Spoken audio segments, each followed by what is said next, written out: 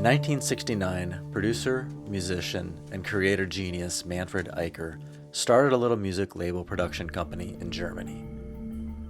But it was different than just another music label. It was a movement.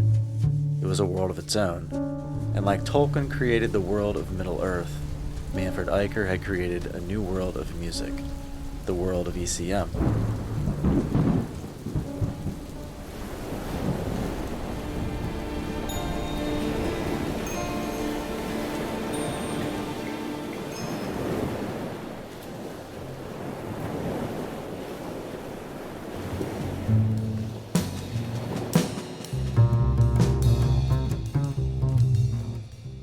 If you're not familiar with ECM, I hope this catches you up on a most enlightened collection of music ever recorded, and going on now for over 50 years, over 2,000 albums recorded. What is great about ECM and this era is there's no AI fakery. There's no pitch correction, there's no drum tone replacement. This is raw talent. Spatial beauty, musical perfection from musicians of the highest caliber. Not the highest paid, unfortunately, but hands down the highest caliber. And if you can grasp what they are doing and how they did it, it is awe-inspiring.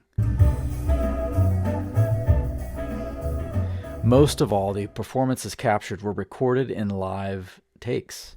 Literally coming into the studio, practiced and ready, recording the entire album in a day or two. ECM is real music. There's no gimmicks with ECM. What you hear happened.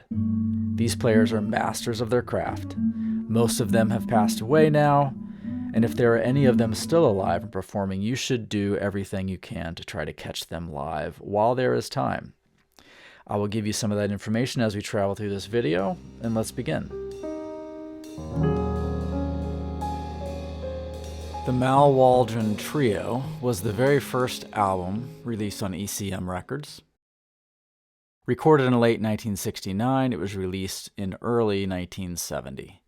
This was a fairly good album. It had Clarence Becton on drums, a very accomplished drummer with an extensive resume. Interestingly, ECM recorded another album with Waldron later in 1970. This one, produced by Manfred Eicher, was not officially released on ECM Records, though it carried the label. It was only released on Globe Records in Japan. I don't know the whole story behind that as to why.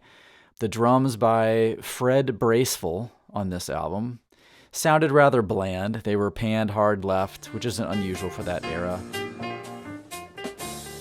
But they did not have that crisp, unique tone that is almost a trademark of an ECM album.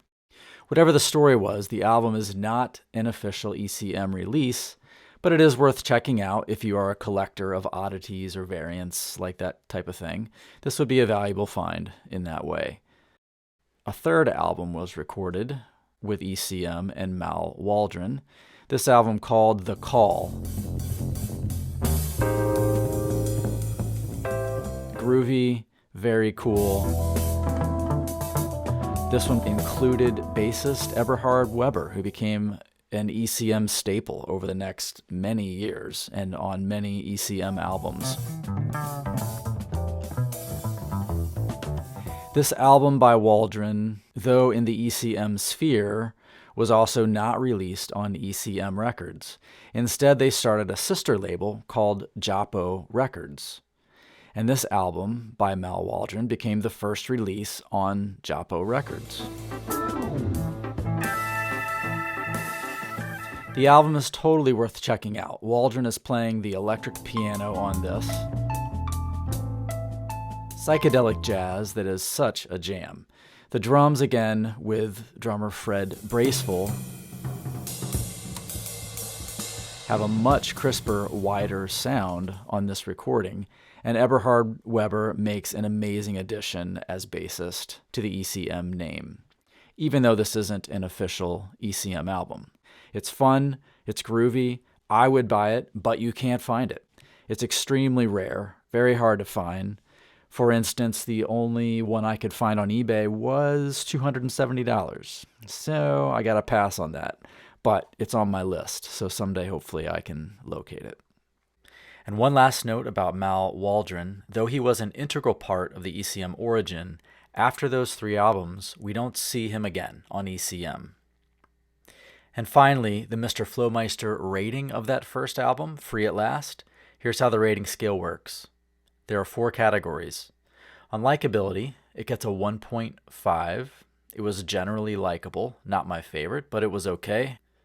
In the second category of flow, I would give it a 2.0. It was fairly cohesive, nothing too jarring. On quality, I would say it was decent for its time, so a 1.5 there. And since it was a significant album as the first ever ECM album, it gets the additional half point. So in total, it gets a 5.5 star rating from Mr. Flowmeister. Not one of my top 15 albums of all time, or in this first 100, that we will be getting to, but we needed to at least spend a little time on it as it marks the beginning of the Ocean of Eicher, the beautiful era of ECM. So the second album ECM released was Alfred Harth's Just Music. It's an ironic title, as it is really just noise.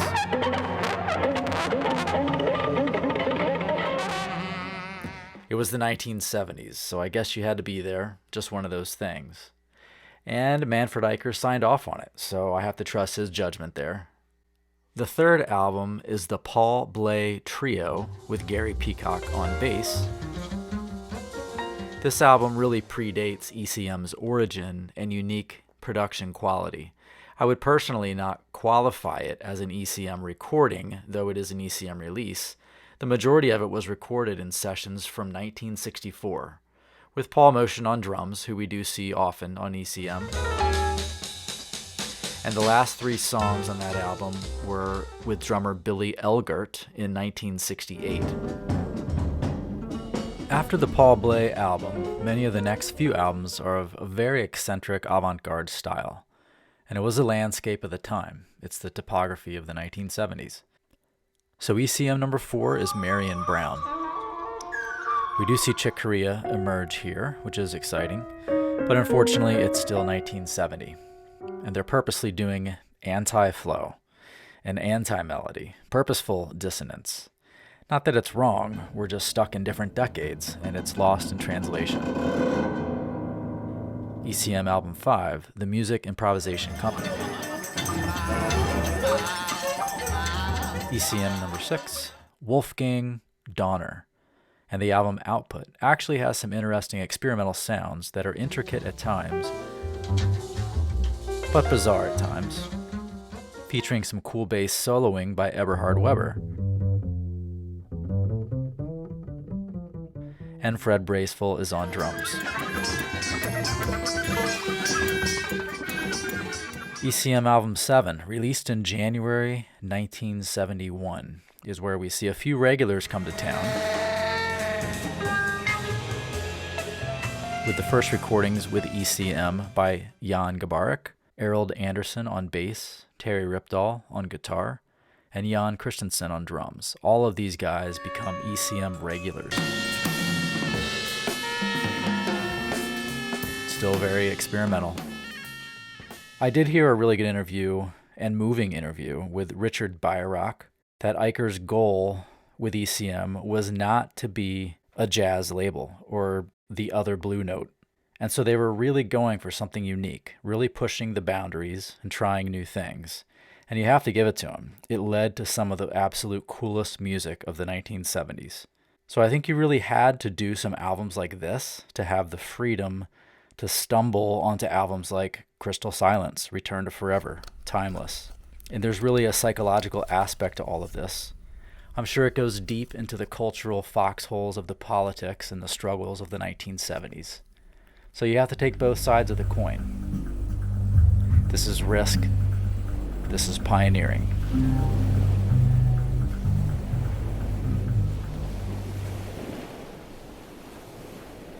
ECM Album 8.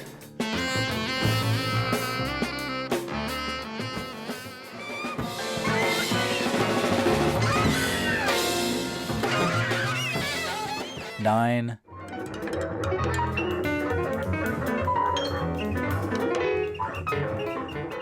10,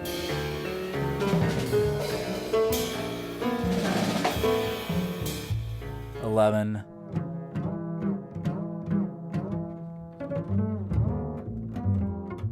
and I want to get to ECM album 12. And here we have Bobo Stenson on piano and his album Underwear. With Arild Andersen on bass, Jon Christensen on drums. This is really a good album from ECM in my opinion. The best from these first 12, anyway, that we've covered from 1970 to 1971.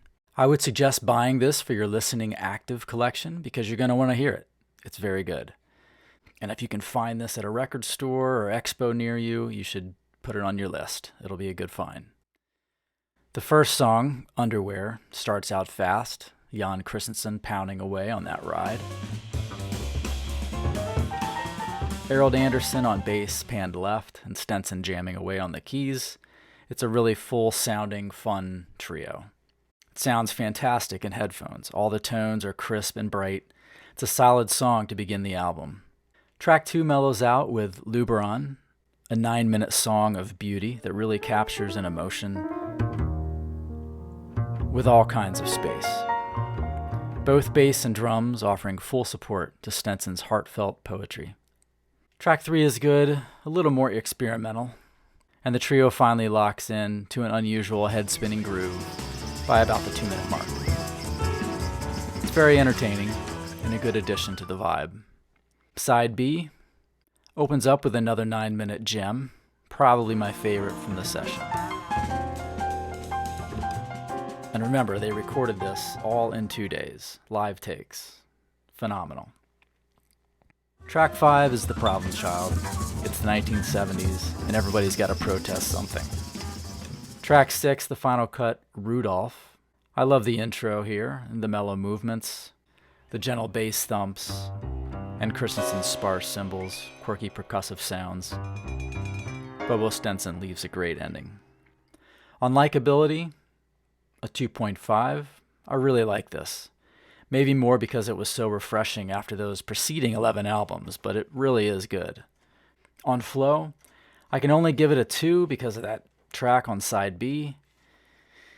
Makes me get out of my chair, lift the needle, and have to relocate to the final track 6, so it messes up my vibe. On quality, it's really good for its time. Got to give it a 2.0. All the tones are right. So Mr. Flowmeister gives it a final 6.5, which makes it a very good album. I would definitely recommend. Does it make the top 15 of the first 100 ECM albums? We'll find out in the final episode in this series.